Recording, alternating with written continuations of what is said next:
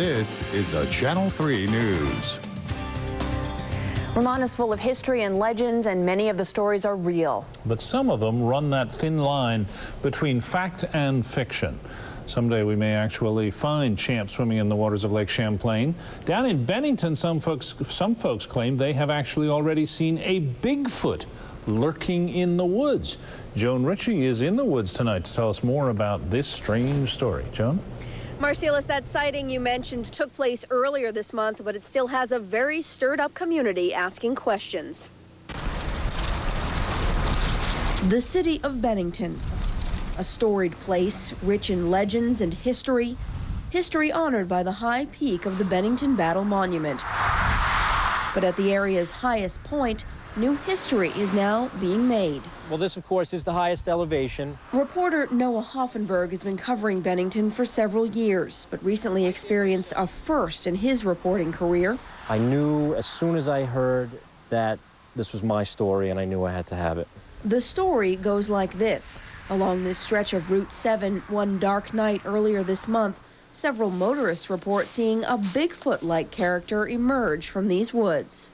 We had multiple reports of people seeing a creature walking on two legs, dark black or dark brown fur, roughly 6 foot plus, about 270 pounds, hairy. It has some type of lumbering walk. While several reports came in, no one was willing to talk to us on the record, except for one man who would only do it if we hid his identity. He's afraid of ridicule, but says what he saw here was no joke. I saw something black, because, you know, I always pay attention to what's around me, and as I get closer, I'm looking.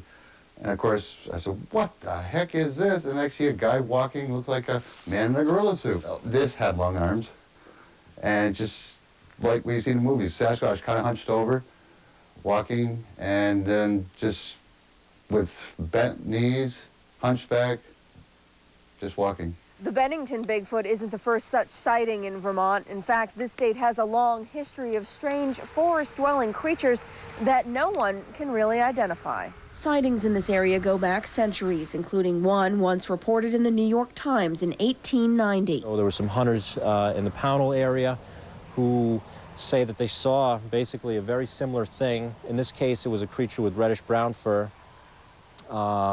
And it was enough to make them drop their hunting rifles and run. More modern Bigfoot sightings are of big interest on internet websites. There are references to sightings in Addison, Caledonia, Chittenden, and Rutland County. These are unsubstantiated stories, but Hoffenberg says as a reporter, he deals in facts, and there are facts to be considered. And the facts are that people saw something, and that's been corroborated by multiple people, all within a certain time frame, in some cases on the same evening. And in fact, the woods the alleged creature emerged from have a dark history of their own.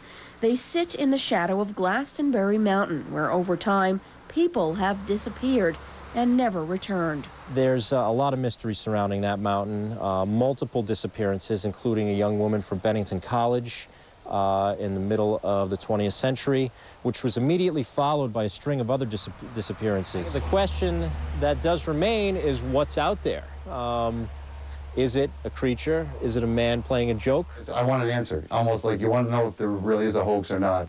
You know, what really transpired there. I just wish I had a camera. I wish somebody else would have been with me. But unless this creature emerges out of these woods again, the Bennington Bigfoot will remain a mystery. Now, while we are aware that for all those out there who are convinced that what those people saw lurking in the woods is real, we know there are many others who think it's all a bunch of baloney. So coming up in our special segment, we're going to speak to a man who is actually an expert on Bigfoot sightings in Vermont, and he says he actually has some physical evidence, and he's going to show it to us. So stick around. We'll be here. All right. Thanks, Joan.